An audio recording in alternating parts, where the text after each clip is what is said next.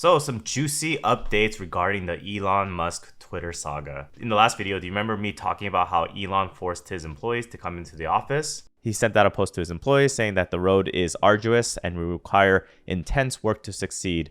We are also changing the Twitter policy such that remote work is no longer allowed unless you have a specific exception. Well, guess what? That kind of backfired, and he is now allowing remote policy with a caveat. Also, what we're going to read about is the Twitter employee response when given that 24 ultimatum of Twitter 2.0, take it or leave it. Based on the employee responses, it looks like Twitter is trying to just scramble and fix everything that's going on because they closed down the Twitter headquarters in San Francisco. Is Elon expecting a sabotage of some sort from previous employees? By the way, I really enjoyed everyone's responses from the last videos. Some I agreed with, some I didn't, but I just love the fact that we can engage in pretty civil discord about whether or not you would consider staying or leaving. Either way, I really appreciate that. And if you like content like this, please hit that like and subscribe. It would really help me out. So let's look at the article regarding Elon Musk's new remote policy. The title starts off with saying Elon Musk's new email pushes Twitter managers to do his dirty work. Who, if anyone, does Elon feel is an essential part of Twitter? Whose contributions are valuable and hardcore enough for him? Would you be willing to bet your job on it? In new email sent to Twitter employees today, obtained by The Verge, Musk dares managers to approve remote work at their own risk. At the risk of stating the obvious, any manager who falsely claims that someone's reporting to them is doing excellent work or that a given role is essential, whether remote or not, will be exited from the company, he writes. He has given all employees until 5 p.m. Eastern Time to say yes to stay at his extremely hardcore Twitter or leave. Here's what Elon Musk wrote in his email today. Regarding remote work, all that is required for approval is that your manager take responsibility for ensuring that you are making an excellent contribution. It is also expected that you have in-person meetings with your colleagues on a reasonable cadence, ideally weekly, but not less than once per month.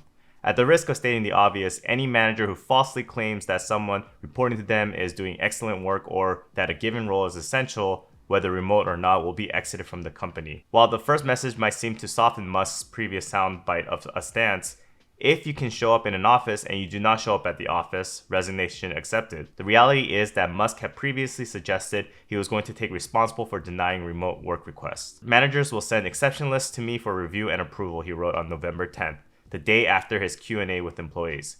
But now he's telling those managers that anyone who stands up for a remote worker is putting their head on the chopping block. I can almost hear a movie villain now. Who else wants to play hero? It is now in the best interest of every Twitter manager to say no to remote work requests, even if they believe they're deserved. And that way, Musk won't have to say no himself. Incidentally, a disabled employee is now suing Twitter over Musk's ban on remote work. Twitter was once the foremost company offering remote work. In May 2020, the company announced its employees could work from home forever. When it reopened its offices in March 2022, then CEO Parag Agrawal reiterated that working from home forever would still be an option. So this is very interesting. I totally get the sentiment of the pressure a manager would feel. And if I was a manager and my job was on the line, even if I felt confident about this person, you just never know. It's a lose-lose situation. Yes, someone that's working under you can be a really good worker, but what happens if they're not meeting expectations, whatever that means, next week or 6 months or 7 months from now? Then your job is on the line. Now the manager is being forced to be the villain while Musk can say, well, I said you could have remote work access as long as you find that person valuable. And who dictates the value of an employee? I don't know. Musk can just be really arbitrary about this and say, well, this person hasn't done X number of lines of code, and you just really don't know what this criteria is based off of. So this is a lot of pressure on managers to fight for their employees to work remotely. And I'm not sure if a lot of managers would do that at this point in time, especially those that are on like an H-1B visa or whatnot. Now let's talk about the hardcore Twitter 2.0 deadline that Elon wrote. If you don't remember from our last video, Elon gave an ultimatum to employees who survived the initial layoffs that Twitter 2.0 was going to be ultra busy and great work will just be considered acceptable. I'm kind of paraphrasing, but that's kind of what the sentiment felt like. And employees were given two choices: stay or take the severance. And surprise, surprise, the employee response was not looking good for Twitter. I got some mixed results in terms of the number of people that decided to take the severance, but let's read a couple of articles to see what people were thinking about when they decided to make their decision. The article is written by The Verge. Hundreds of employees say no to being part of Elon Musk's extremely hardcore Twitter. Musk gave Twitter staff a deadline to say if they are staying for his cultural reset of the company, and right on deadline, the farewell emojis started pouring into Twitter Slack. Hundreds of Twitter's remaining employees have resigned ahead of Elon Musk's extremely hardcore cultural reset of the company, according to internal Slack messages seen by The Verge and employee tweets. The fresh purge of Twitter ranks come after Musk recently fired dozens of employees who criticized or mocked him in tweets and internal messages. We went over that in the last video. Musk then set a deadline of 5 p.m. Eastern Time on Thursday for all employees to respond yes on a Google form if they want to stay for what is calling Twitter 2.0. Otherwise, today would be their final day of work and they would receive a severance package.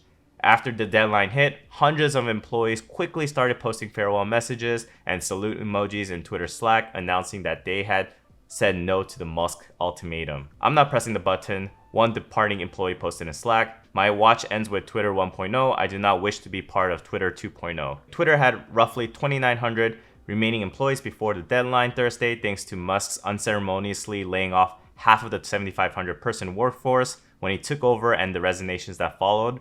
Remaining and departing Twitter employees told The Verge that given the scale of resignations this week, they expect the platform to start breaking soon. One said that they've watched legendary engineers and others they looked up to leave one by one. I totally get this sentiment because if you find yourself in a situation where you lose half of your workforce, that means you lose half of your coworkers. And on top of that, just the whole vibe of what Twitter was back then to what Twitter is not what you signed up for. And I totally respect people that decide to make this decision because yes, Elon can make the final decision to say what his company culture is going to be like. They ultimately made the decision that this culture and this work style is not right for me. It feels like all the people who made this place incredible are leaving, the Twitter staffer said. It will be extremely hard for Twitter to recover from here, no matter how hardcore the people who remain try to be. Multiple critical teams inside Twitter have now either completely or near completely resigned, said other employees who requested anonymity to speak without Musk's permission. That includes Twitter's traffic and front-end teams that route engineering requests to the correct back-end servers. The team that maintains Twitter core system libraries that every engineer at the company uses is all gone. You cannot run Twitter without this team, a departing employee said. Several members of Twitter's command center team, a group of engineers that is on call 24/7 and acts as the clearinghouse for problems internally, also tweeted about their departures. If they go down, there's no one to call when shit breaks, said a person familiar with how the team operates. The team manages Twitter API for developers, has also been severely gutted. In a tweet Thursday evening, Musk said that the best people are staying, so I'm not super worried. I don't know if that last statement is actually true or is that's just damage control, but again, imagine being one of the only employees left and what used to be a 5-person job. Now all of that is solely your responsibility.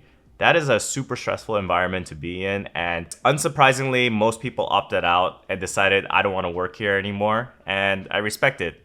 3 months severance till 2023, especially during the holidays, could be pretty good for you mentally versus staying and being the only engineer to do on-call or respond to emergencies. Obviously, this is not an easy decision to make, especially if you have family and kids, and everyone's circumstances is going to be different for each person. Overall though, again, I can see why people decide to leave. The current Twitter employees didn't join a company owned by Elon. It was bought out and now the regime is changing. So in some ways, it's pretty cool that Elon is saying, if you don't want to stay, then here's your severance. Thank you for your time at Twitter. It's just business. So there is a tweet from Kylie Robinson saying that what I'm hearing from Twitter employees, it looks like roughly 75% of the remaining 3,700-ish Twitter employees have not opted to stay after the hardcore email. Even though the deadline has passed, everyone still has access to their systems.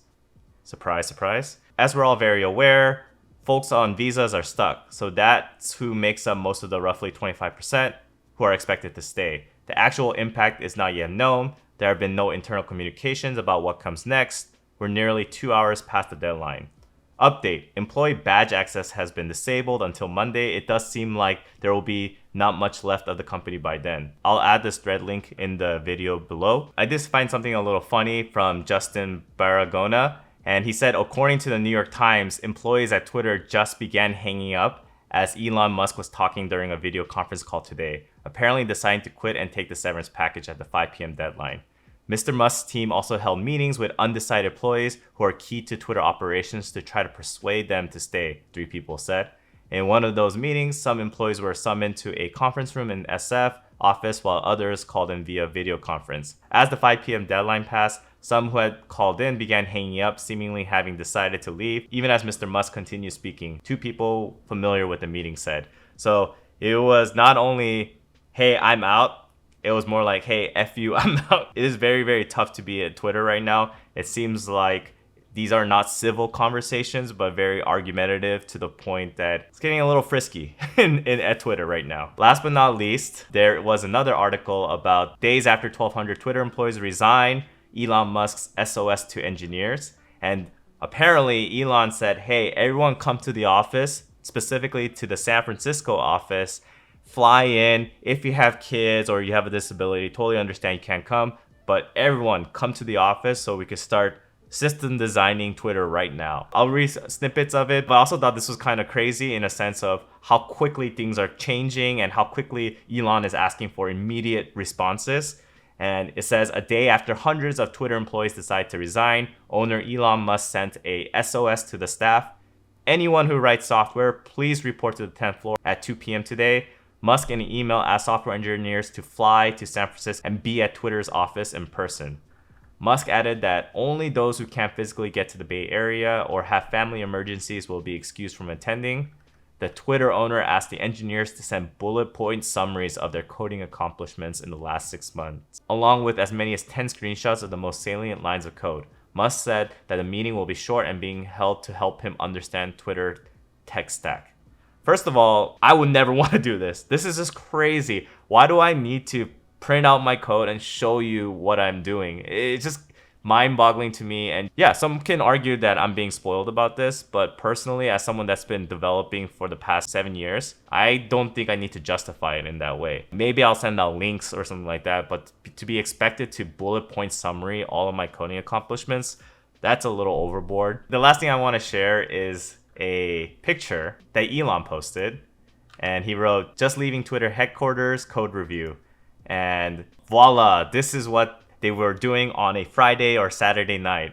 And if you look at the next picture, all these employees are so happy to be working on a Friday, Saturday night with Elon. I don't really know what day this was taken, but this was posted at 4 a.m. my time, November 19th.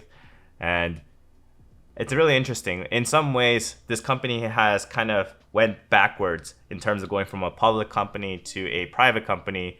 And maybe this is the startup vibe that Twitter really needs to survive. But at the same time, I just feel like it could be very, very difficult to continue working when your former colleagues are not there. And especially when Elon is publicly kind of degrading some of your accomplishments, I just don't feel that certain things are well aligned. People on my last video were commenting about you shouldn't critique your boss publicly, and yes, I do agree with that. But at the same time, this is the first time I'm really seeing an employer or CEO really critiquing parts of the application and saying how bad it is. If you're one of those employees that worked on it, it just downplays all the effort and work that you did put into it.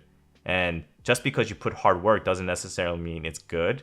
But from my experience with Twitter as a user, it's always been pretty good and very resilient. I feel now that there are parts of the app on Twitter that do seem to break pretty often, and it requires me to do a refresh.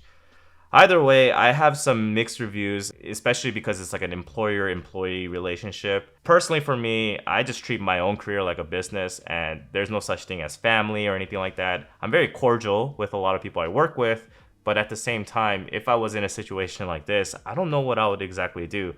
I think I would be more leaning towards the side of wanting to move on from Twitter, to be honest. But what would you do? Would you want to stay at Twitter at this point, or would you start looking for something else?